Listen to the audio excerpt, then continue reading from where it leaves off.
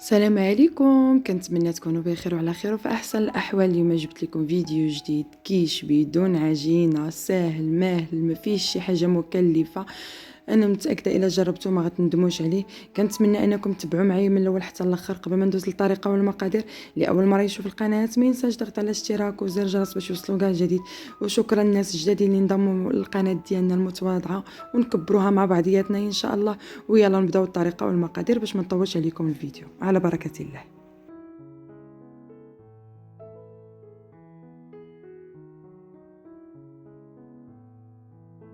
وهادو هما المقادير اللي غنحتاج اليوم. عندي هنا 200 غرام ديال اللدن اللي مقطعه قطع صغيره، يمكن لكم تستعملوا الكميه اللي بغيتو. عندي واحد الفلفله اللي مقطعها رقيقه، عندي واحد البصله كذلك مشلضها رقيقه، عندي معلقه كبيره ديال القزبور ومعدنوس، عندي معلقه صغيره ديال التحميره، راس معلقه ديال الابزار والملحه حسب الذوق او على حسب عينكم ميزانكم. دابا رمضان هادي. عندي واحد العلبه ديال الكريمه ديال الطبخ وزيت الزيتون اللي غنشحر به هاد البصله والفلفله. صافي هنا كنضيف البصله وكنضيف الفلفله مع بعضياتهم حتى يهبطوا ليا ويتغير ليا اللون ديالهم.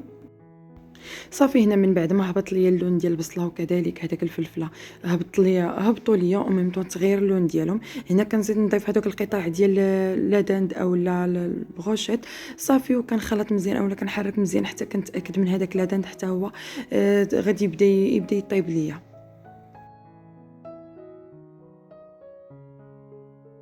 هنا كنزيد نضيف هذاك القزبور ومعدنوس اللي سبق وقلت لكم، وكنزيد نضيف هذاك العطريه. بالنسبه للعطريه ديروا اللي بغيتوا اللي كيعجبكم. انا هادو هما العطريه اللي كندير وما كنستغناش عليهم. هنا عندي بودره ديال الثوم، انا نسيت ما ضفتهاش في الاول او ما قلتهاش لكم، كنضيف واحد شويه. صافي ومن بعد كنخلط مزيان حتى كنتاكد من هذوك العطريه اندمج ليا مع هادوك التوابل اللي انا ضفت اولا هادوك لدند والبصله اللي ضفت. صافي هنا من بعد ما خلطت حتى طاب ليا كل شيء وتاكدت من ان حتى من لدند طاب، هنا كنزيد نضيف الكريمه.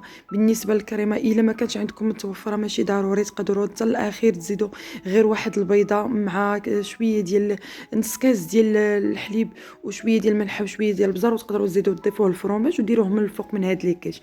انا ما كيعجبني ندير الكريمه في هاد التوابل لانه كتجيني معلكه احسن. صافي هنا كيف ما كتشوفوا راه كيجي معلك. هاد التوابل هادو بوحديتهم كيجيو معلكين، والا بغيتوا تضيفوهم حتى في الكريب صالي راه كيجيو هاد المكونات كيجيو غزالين في الكريب صالي. هنا من بعد ما طابوا ليا بغيتوا تزيدوا الفرماج زيدوا، ما بغيتوش ماشي ضروري. انا هنا تحدفت ليا اللقطه اللي كنت كنقطع فيها الخبز ديال التورتيلا، ولكن راه الطريقه راه سهله. كتقطعوه بشي سيركل عندكم هكذا مدور. صافي ومن بعد كتحاولوا انكم تسويوه في شي مول ديال هاد الكاب كيك.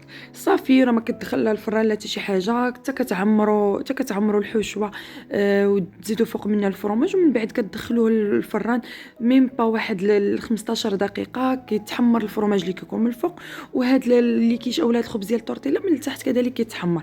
يعني ما كياخذوش ليا واحد الوقت اللي كتير، تقدروا ديروه في اخر لحظه في الفطور.